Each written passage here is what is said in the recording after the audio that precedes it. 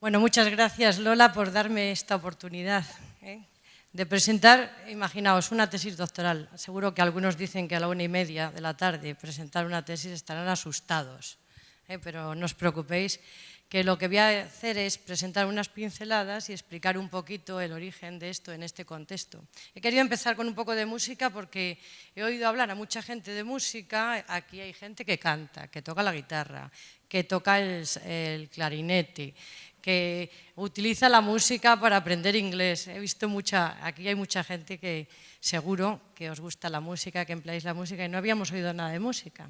Esta pieza de la mañana de Edvard Grieg, el noruego nacionalista, ¿no?, tiene una fuerza para mí impresionante, porque va subiendo hasta un clímax importante, ¿no?, en la música, te emociona. Aquí se ha hablado de emoción, ¿no? Y digo, bueno, vamos a empezar un poquito escuchando algo que nos pueda servir. Bien, yo voy a simplemente situar un poquito el porqué de esta tesis aquí y en esta situación de emprendimiento. Yo cuando empecé, está leída en el 2012, pero cuando empecé a investigar, empecé pues en el 2004, por ahí, la típica profesora que estamos dando clase, que a mí siempre me ha gustado las cosas cambiar y no dar la clase de la misma manera. Me he encontrado con profesores en la universidad muy creativos. Yo tengo buena experiencia de mis profesoras del colegio, de mis profesores de universidad novedosos. Yo ya en la Facultad de Pedagogía de la Complutense pues ya saqué asignaturas sin hacer exámenes, con medios tecnológicos de aquel momento. Y hablo de los años 85 acabé, ¿no? Pues en el 83 yo ya vi ordenadores, allí ya utilizábamos, pues yo que sé, para cosas reciclables. Es decir, yo tengo buena experiencia y de las que no me gustaron tanto, pues siempre aprendes. Así que en la vida yo creo que hay que aprender de todo, ¿no? Y la vida es un proceso. Entonces llega un momento que una se cansa y dice, bueno, me voy a meter a investigar algo, porque yo con los alumnos estaba dando clase de música, digo, aquí hay que hacer algo distinto. Y me metí en la universidad, digo, bueno, voy a apuntarme al doctorado. Eso es un esfuerzo enorme, no solo económico, de todo, de tiempo, en vez de en 2 años, de 1 año yo lo saqué en 2 años. Y me he dado cuenta, ahora oyendo esto, que yo debía ser emprendedora. Entonces la palabra emprendedora no se utilizaba. Ahora todo lo que hacemos es emprendimiento. Pero seguramente entonces, cuando una persona está descontenta consigo, con lo que hace, o por lo menos no descontenta, sino que quiere hacer algo nuevo, parte de unos interrogantes. Yo decía, a ver, yo he estudiado pedagogía, yo toco el piano, he sufrido en piano profesores buenos, profesores malos, gente que me ha bajado la autoestima, gente que me la ha subido, he acabado hasta harta, porque la gente que estudiamos en conservatorio sabemos lo duro que es eso, ¿no? A veces. Y luego, bueno, la satisfacción de saber interpretar, examinarte toda la vida, bueno. Y entonces una dice, bueno, a ver, yo tengo que hacer algo con estos niños distinto. Y de aquí ha surgido una tesis, pero empezó con un trabajo de investigación con mis propios alumnos. Parto de unos interrogantes importantes, una inquietud, una necesidad, unos recursos. Digo, pues yo no me puedo ir muy lejos, así que con los alumnos que tengo que inventar algo. Y empecé a investigar con ellos. Ahora os voy a poner un pequeño vídeo. De aquí fomenté la creatividad, de ahí fomenté la satisfacción personal, y yo creo que eso es también una serie de actitudes que he intentado observar y trabajar en mis alumnos. El planteamiento de la tesis es un poquito complicada porque tiene como 4 itinerarios de investigación. ¿no? Del que va a salir una definición, no solo una definición, pero os voy a hacer la presentación con la definición. Un primer itinerario es una observación de mis alumnos de primero de secundaria, ¿no? 130 alumnos, aulas, el colegio en el que estoy es cuatriplicado, el centro Montpellier, por tanto tenía 30 alumnos en cada aula. Y dije, bueno, pues voy a decirles que inventen música con los recursos que tienen escolares, que son pocos. Tienen que inventar, tienen que hacer partituras, tienen que hacerse grupos. En este caso les dije que fueran, no podían ser más de 5, pero libres, no los hice yo, como ellos quisieran. Y crear algo de música y hacer un concierto de aula, un concierto en el salón, todo lleva un proceso. Y yo tenía que observarlos. Mi trabajo era observar, recoger, transcribir todo el día, observación participante. Luego una experiencia con estudiantes de instrumento, que luego os diré alguna cosita, pregunté a los profesores de música y después hablé en un Delphi, recogí la experiencia de expertos ya en el ámbito musical, toda esta gente que se dedica ya a la música, el profesor de conservatorio del 10º de piano, gente así, ¿no? Y gente ya más experta. Bien, y de ahí salió este vídeo, que voy a ver si os puedo poner bien, porque ya está preparado, pero a ver si sé dónde está preparado. Esperad un momento, está aquí. Aquí. Lo he subtitulado arriba para que veáis un poquitín el proceso, ¿no?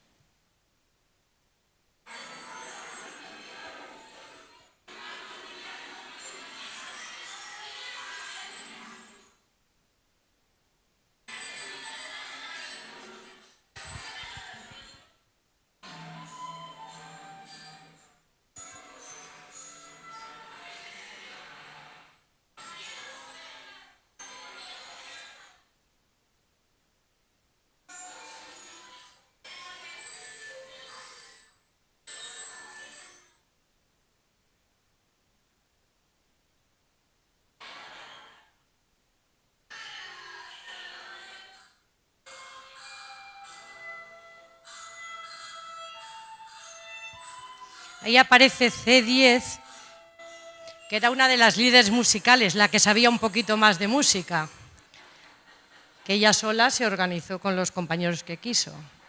Este era un chico que estudiaba percusión y también colaboraba con lo que sabía, ¿no?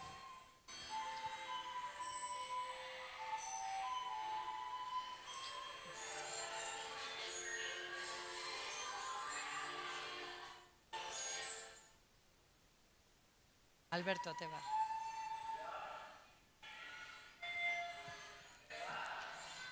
¿Ocurre?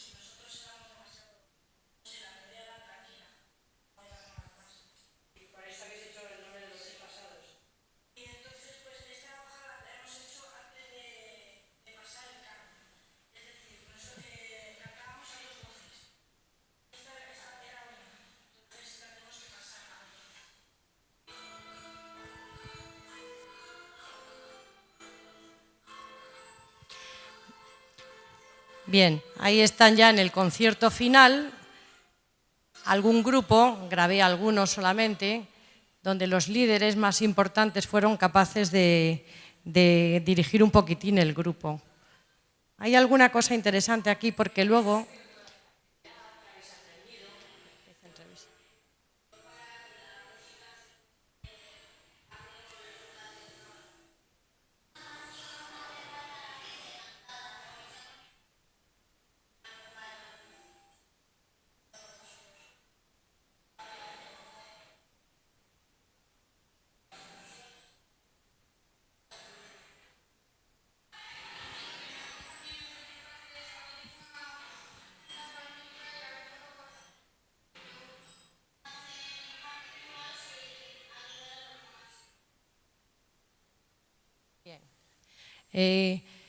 Si observáis aquí hay muchos valores detrás. Esto es una síntesis sencilla que tuve que hacer para la presentación de la defensa de la tesis, de todas las grabaciones que fui haciendo.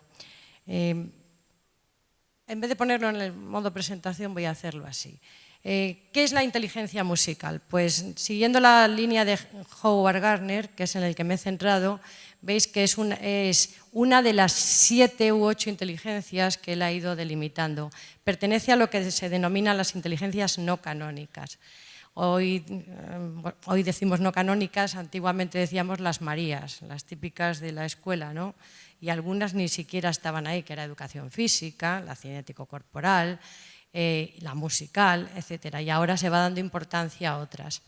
La tenéis ahí situada. Unas personas dicen que si es inteligencia, que si es capacidad, que si es competencia. Bueno, yo he apostado por denominarla IMU, que me parece inteligencia musical, me parece que responde un poco a la nomenclatura y a la terminología que hoy se está utilizando. Lo segundo es que en mi definición, que es la que os voy a ir comentando, es una forma práctica de expresión y comunicación a través de la música, la inteligencia musical. Es importante destacar que la inteligencia musical la pueden desarrollar las personas a través de las audiciones. Hay gente que va mucho a conciertos, no sabe tocar ningún instrumento, a lo mejor tampoco canta, pero entiende muchísimo de ópera, de conciertos y de muchas cosas, ¿no? Se puede interpretar, hay gente que se dedica a cantar, sabe cantar y no sabe tocar ningún instrumento, o tocar un instrumento, o bailar, creo que tenemos aquí también una bailarina, ¿no? Esta mañana la teníamos. Dirigir, la capacidad de dirigir una orquesta ya es una capacidad superior. Y luego la composición, no necesariamente todos los músicos tienen que saber componer. Entonces hay muchas formas de inteligencia musical, de manifestación.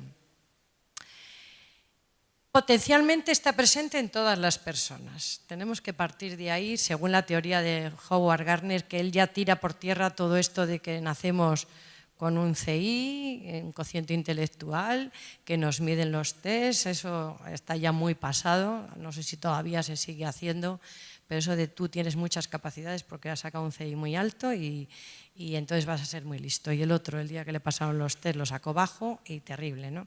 Él hace una crítica y yo se la hago también, ¿eh? Y yo he pasado en su momento test, porque me dediqué también a cosas de orientación y reconozco que puede hacer daño a muchas personas, ¿no? Eso de, es que tú ese día no has sacado más que 100 o 105 y pobrecito, pues te va a costar mucho estudiar, ¿eh? Y sacar las cosas. Eso es un error. Cada uno tiene unas potencialidades que depende mucho de cómo se trabajen. Ahí veis que nacemos con ellas. Hay muchos estudios, no es que esté ahora del todo delimitado, que dicen que la inteligencia musical es la primera incluso anterior al nacimiento. Yo os pongo ahí una imagen de una persona embarazada, pero acaban de decir las últimas noticias que se han hecho estudios de que realmente cómo se promueve la inteligencia es a través de la vagina de la mujer, poniendo música, que entonces sí que reacciona el bebé a partir de los 4 meses. Bueno, eso quiere decir que se sigue investigando, que sigue preocupando esto, ¿no? Y que hay reacciones a sonidos, ya el balbuceo inicial de los niños cuando nacen es anterior al lenguaje, incluso al lenguaje hablado, ¿no? Por eso es muy importante estimularlas desde pequeños.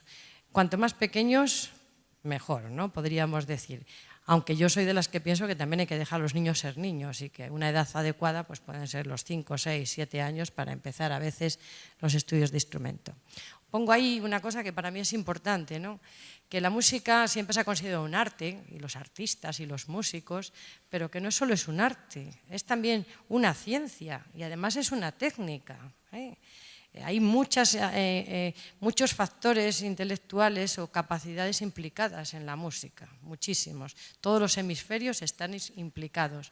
Nada, antes decía, no es que los músicos tienen el hemisferio derecho desarrollado, que es el intuitivo, que es el artista. Y no, hoy en día te dicen, y además no os voy a proyectar cosas de estas porque las tenéis por ahí, pero las tengo preparadas por si acaso, ¿no? Pero toda la parte del canto, del ritmo, está más en el hemisferio izquierdo, que es el más lógico, ¿no? Y luego toda la parte de perceptiva, intuitiva, etcétera, en el derecho. Y están muchas zonas del cerebro implicadas, sabiendo que el cerebro no lo conocemos del todo actualmente, ¿no? Que lo usamos mucho menos de lo que deberíamos. En la investigación trabajé mucho, observé muchas cosas y llegué a la conclusión de que en su desarrollo influye el contexto mucho que rodea al sujeto. El familiar muy importante, por la importancia que tiene la estimulación musical desde pequeños, temprana y luego en el ambiente. El educativo suele tener en los estudiantes de música un factor relevante, el profesor de música. Las amistades dedicadas a la música, gente, oye, pues venga, vamos a tocar, ven, ¿por qué no te apuntas a esto? Vamos a hacer una orquesta, ¿no? Y el nivel socioeconómico a veces también, no digo que siempre, pero condiciona, por lo menos en lo que yo investigué, el desarrollo de la carrera, sobre todo musical, ¿no? Porque a veces los medios. Yo trabajé con 3 tipos de centros, centros privados, que vais a ver CPR, centro concertado, y un instituto público. 3 centros. Y observé este dato. Ahí tenemos, por ejemplo, el comentario que justifica esto de la influencia familiar de la estudiante de oboe CC3 de nuestro colegio. Esta chica, con su familia, es profesor, su padre es profesor del Conservatorio de Madrid, su hermano estudia también, y ella dice que desde pequeña, cuando nací, no podía dormir. Mi madre me ponía un disco siempre, que había estado escuchando durante mi tiempo de gestación. Era muy relajante, me quedaba dormida. Cuando viajábamos y estaba intranquila, mi padre me ponía el disco y me dormía. Y cuando tuve uso de razón, lo pedía yo. A los 3 años tarareaba los discos que había grabado. Bueno, esto lo saco de unos ríos musicales porque yo trabajé con 40 y pico estudiantes de música. Primero la observación de mis alumnos y el segundo itinerario fueron unos 45 estudiantes de instrumento de estos centros con un río musical y una entrevista. El río musical es como contar su vida, ¿no? Musical. Y de ahí he sacado algunas expresiones, ¿no?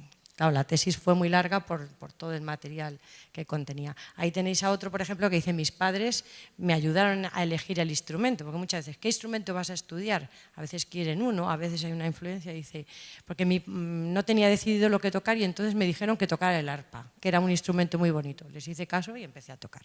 La influencia familiar muchas veces es importante. Otras veces van al conservatorio, quieren hacer piano y no hay plaza para piano, porque lo de los conservatorios es otra historia, ¿no? Por lo menos en Madrid. Y entonces tienen que elegir un instrumento que a veces no tenían previsto.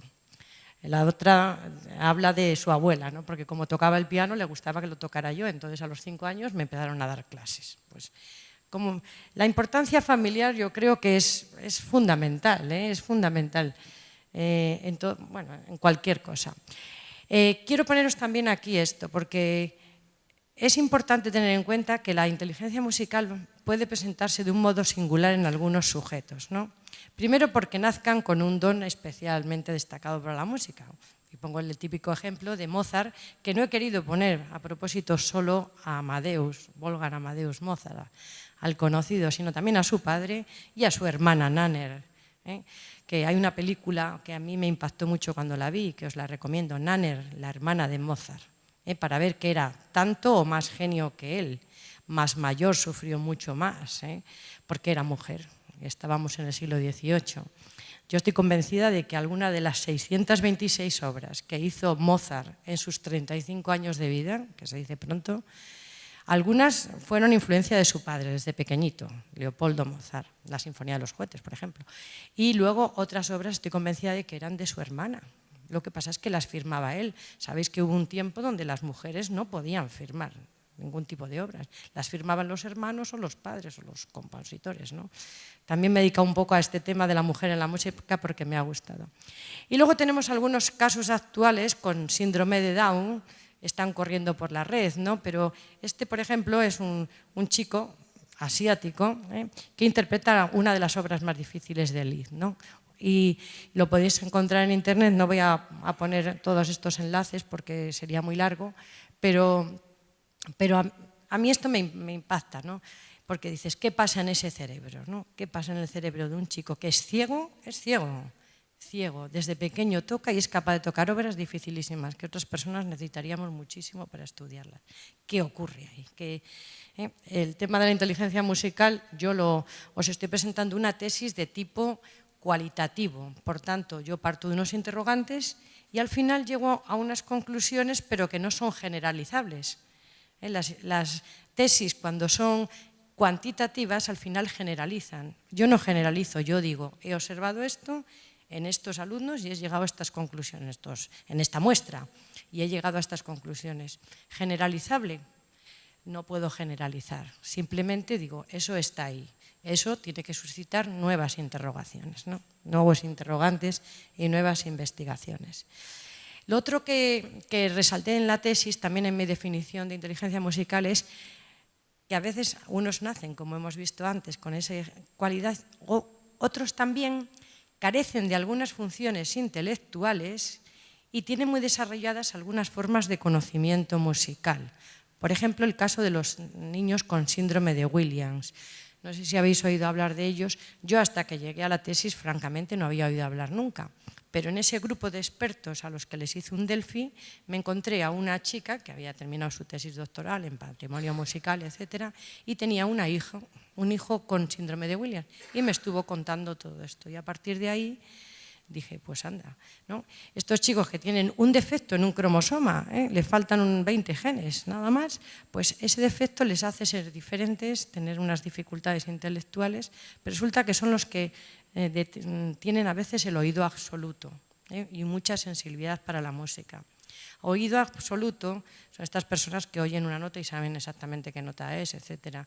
No es frecuente, lo tienen pocas personas. Normalmente lo que tenemos es un oído relativo que se educa, se trabaja y unos lo tienen mejor que otro, pero oído absoluto, pocas personas. Y a veces estos tipos son los que destacan. Ya digo, tengo ahí otro enlace, pero bueno, con que pongáis síndrome de Williams vais a encontrar estos vídeos. Y otra cosa, en la definición decía, se manifiesta a través de competencias o formas prácticas de expresar la música, a las que yo he llamado indicadores musicales. Estos indicadores yo los observé en todo, en los alumnos, en las muestras, en todos, y ahí los tenéis de alguna manera. Son simplemente los que yo he destacado, ¿no? Disfrutar escuchando y practicando música, crear o modificar música, entonar melodías, marcar y seguir el ritmo musical, cantar, leer e interpretar el lenguaje musical y ejecutar música con un instrumento. Y luego coloqué dos que observé, que parece que son menos, que era resolver problemas musicales técnicos. Se rompe un instrumento, los que tenemos instrumentos, yo toco la guitarra, por ejemplo, y se me rompe una cuerda, tengo que saber colocar una cuerda, poner una cuerda en una guitarra, ¿no? Los pianos son más difíciles, pero a veces los pianos, no me voy a meter a afinar un piano porque es más complicado, pero muchas veces tienes que solucionar problemas de música, ¿no? Y luego enseñar a tocar instrumentos a otros, porque la función didáctica, yo dije, ¿por qué no puede ser un indicador musical el que a lo mejor yo no me dedico ni a la composición ni a dar conciertos? Si me dedicara a eso aquí no estaría ahora, estaría en otro sitio, ¿no? Porque eso supone... Pero pues a lo mejor enseñar música a otros, ser capaz de transmitirla, eso es otro indicador musical, ¿no? En su desarrollo, bueno, hay un test un autotest de inteligencia musical que luego os lo vamos a pasar, lo he elaborado expresamente para vosotros. En la definición termino diciendo que su desarrollo repercute positivamente en la personalidad del sujeto, y esto en dos líneas. Me importaba mucho desde el principio en mi trabajo las actitudes que desarrollaba la música. Yo te decía, es que la música tiene que no solo influyen en la cabeza, en el cerebro, sino también en las actitudes de vida, ¿no? Y lo relacioné con las inteligencias de Howard Gardner, intrapersonal e interpersonal, las que llama personales, ¿no? Una, todo lo que hace referencia a la autoestima, que es otro de mis temas importantes de trabajo, y el otro, todo lo que hace referencia a la interrelación, el compañerismo, la convivencia, la sociabilidad. Y en esa línea observé un montón de actitudes de tipo pues, compartir instrumentos, cuidar instrumentos, todo el tema del miedo escénico lo trabajé. Luego trabajé el autoconcepto musical con los estudiantes de instrumento, etc. Y además tengo ahí que mejora capacidades intelectuales, ¿no? Estoy convencida, porque aquí hay muchos estudios, yo leí mucho para la tesis, pero luego todo esto no lo he podido, vamos a ver, no lo puedo demostrar científicamente, pero sí que lo demuestran muchos en sus estudios.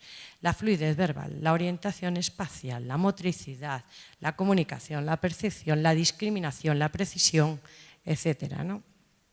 Si alguno os dedicáis a la música, podéis decirme si estáis de acuerdo con esto o no. Pero, ¿qué características me encontré en estos estudiantes de instrumento? Es que lo tenía en el modo presentación esto para que fuera apareciendo una por una, pero así vamos a ir más rápidos. Primero, los estudiantes que estudiaban de instrumento, al final una de mis preguntas era ¿qué perfil tiene este estudiante, ¿no? Y saqué esas características. Suelen ser personas, los que me encontré, que compaginan el estudio de la música con diversos intereses sociales y culturales. A veces están metidos no solo en música, es que están a veces en gimnasia rítmica, a veces les da tiempo a todo, no sé cómo lo hacen. Son muy sensibles y capaces de disfrutar con la música a un nivel más elevado, quizá, que otras personas, porque captan o perciben aspectos imperceptibles para otros. Son muy disciplinados en general, responsables, exigentes y capaces de obtener un buen rendimiento académico. No digo que todos obtengan buen rendimiento, pero los que me encontré en general y los que sigo encontrándome suelen tener buen rendimiento. Me refiero a los que estudian de conservatorio o de un cierto nivel, no los que practican música por su cuenta, que ahí luego os diré alguna cosa. Pueden caer en el perfeccionismo, y ahí yo me apunto. Como buena estudiante a veces somos demasiado exigentes, ¿no? Y tienen un alto nivel de motivación intrínseca, sobre todo, porque hay muchas cosas que las haces pues, porque tú quieres de dentro, no porque te motiven desde fuera, ¿no? Tienes que superar muchas dificultades. Hay algunos aspectos que también observé de relación de la inteligencia musical con otras inteligencias, de las otras, con las matemáticas. Podríamos hablar mucho de este tema, no me voy a parar porque si no, pero toda la capacidad de abstracción, el ritmo, la medida, etc. Con la lingüística, todo lo que es la expresión, la memoria. Con la interpersonal, ya os he dicho, todo el tema de la sociabilidad, la intrapersonal, el dominio de uno mismo, el presentarte ante los demás, la superación de tus miedos, del miedo escénico, el autocontrol, la autorregulación. Hay también una interesante presentación en internet, larga, de una profesora magnífica, que en una pizarra va poniendo desde todas las áreas, todo lo que la música realiza. Pero bueno, si alguien está interesado, pues ya se lo diré. Y bien, y ahí os tengo también, esa es la definición, hasta donde he ido, como la definición que yo al final tuve que hacer en la tesis. Entre todas mis conclusiones fue esa que os lo he seleccionado para presentaros pues, más rápidamente esto. Y ahora la palabra del evento este, ¿no? Educar la inteligencia musical para emprender, ¿no? En la LOMCE ahora, con todos estos cambios que tenemos, hay una competencia que le llaman sentido de iniciativa y espíritu emprendedor, la programación, que implica, y dice, la capacidad de transformar las ideas en actos. Así de fácil, ¿no? Ideas en actos. Desde este punto de vista, pues todos los que somos capaces de llevar a cabo algo estamos siendo emprendedores.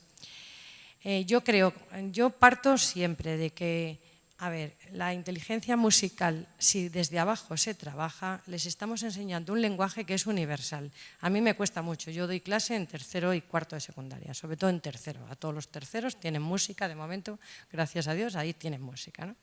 2 horas. Y yo me empeño en que lean partituras a un nivel muy básico, pero que las lean. Es que pongo nombres, no me pongas el nombre de las notas, que no es tan difícil. Estamos hablando de un lenguaje mucho más universal que el inglés, el francés o el castellano, más universal. Que si se aprende desde abajo cuesta menos que desde arriba, porque lo que para mí es muy fácil, digo, pero esto está tirado, para ellos es muy complicado, medir o lo que sea. Hay niños que lo van haciendo, ¿no?, cuando han ido trabajando desde abajo. Entonces yo creo que en la escuela debería trabajarse, primero, proporcionar ambiente musical y creativo y de desarrollo. Segundo, trabajar lenguaje musical, manejo muy básico de instrumentos, enseñar a cantar, básicamente, enseñar a bailar, danzar, el ritmo y favorecer todo lo que sea la creatividad. Pero esto a niveles elementales, los compositores saldrán después. Hay que darles herramientas. Esos alumnos que habéis visto al principio, yo los cogí en primero, no les había dado clase nunca, y ahí observé que los líderes que sabían un poco más de música tiraban mejor y al final salió una pieza mejor. Porque yo no les di nada de pautas, no quise. Pero claro, si hubiera habido gente que hubiera sabido mejor el lenguaje musical en vez de hacer partituras un poco raras, pues habrían hecho cosas mejor, ¿no? Entonces, yo estoy cansada de escuchar a gente mayor que me dice, si yo hubiera aprendido música en el colegio, si me hubieran enseñado un poco más, si hubiera aprendido un instrumento, porque en el colegio muchas veces uno no quiere aprender, pero luego de mayor quiere cantar, quiere tocar la guitarra, quiere tocar el piano y quiere hacer de todo. Queremos entender cuando ya hemos pasado la tontería, entre comillas, de la adolescencia, ¿no? Entonces, y luego resaltar, que ya parece que ya es redundar en lo mismo, que las estrategias de enseñanza-aprendizaje de la música que promueven la práctica y el trabajo cooperativa son las más idóneas. Y eso que yo vengo de un instrumento muy, a mí me tocó estudiar piano muy solitario, entre comillas. Los estudiantes de piano somos solitarios, ¿eh? Porque no tocamos mucho en grupo, salvo cuando haces las asignaturas de música de cámara. Entonces estás siempre tú solo tocando en tu habitación y yo cuando hice música de cámara me encantó. Digo, mira, tocar con otros instrumentos, esto es fantástico. Y ahora me gusta mucho cuando me acompaña. No puedo acompañar en el colegio, tenemos una pequeña orquesta de profesores para todas las celebraciones y tocamos juntos. Pues fenomenal, ¿no? Porque si no, cosa que no le ocurre a veces a los instrumentos de viento o de cuerda frotada, ¿no? Etcétera. Bien, ahí os voy a decir, fomentar todo esto. En el colegio que estoy, ahí tenemos, bueno, yo estoy utilizando ahora, con esto de las nuevas tecnologías, estamos utilizando ordenadores, los alumnos tienen un ordenador como este, igualito que este, ¿eh? Son unos Toshibas que, bueno, ha habido unos acuerdos en el centro, llevamos ya unos 4 o 5 años intentando retirar libros de textos y haciendo que los padres compren estos ordenadores. Y a través de plataformas Moodle, que la hemos creado en el propio centro porque es muy grande, tiene una fundación que lleva 6 centros más, pues tenemos que generar nosotros nuestros propios contenidos. Nos está suponiendo un esfuerzo enorme de creatividad, de dar de manera diferente las clases a los alumnos, porque tú les tienes que generar los contenidos, ¿no? Y utilizar los ordenadores. Claro, yo doy geografía también, geografía en tercero de secundaria además, ¿no? Y bueno, pues ya me he reciclado muchísimo en esto, he diseñado materiales. Son fantásticos porque ahora mismo los niños tienen el Google Earth, es que tienen tantas posibilidades ahora mismo que un libro se te queda pues un poquito corto. A mí se me queda corto el libro, ¿no? En papel, porque ahí pueden fotos y descargar y insertar, bueno, trabajos que yo les pongo. Y en música digo, vamos a ver, ¿qué hacemos en música, no? Entonces, en música hay muchísimas cosas para trabajar la música básica. Claro, a mí me decís que yo utilice un teclado virtual, por ejemplo, como el que está aquí, y yo os voy a decir, aquí tenemos, por ejemplo, un xilófono virtual, ¿no? ¿No? Esto, por ejemplo, con números. Esto está en la red. Tú pones un xilófono, le puedes cambiar el sonido de metalófono, perdón, le he puesto el de carillón, le puedo poner de xilófono, metalófono, carillón, ponerle las notas, no ponerle las notas. Esto es facilísimo, ¿eh? Y esto está nada más que en Internet directamente, que antes le agradezco al que me ha conectado a Internet. Tenemos pianos, que los alumnos en la clase abren este piano, le ponen aquí las teclas y con la tecla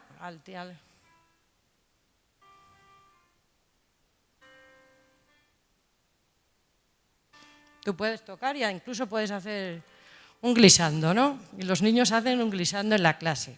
Bueno, tienes esto, yo no voy a estar toda la tarde tocando, como comprenderéis, un piano de estos, prefiero el otro. Pero muchos chicos que no tienen a veces medios o que tienen en su casa el ordenador o en la clase, pues esto te da una serie de posibilidades.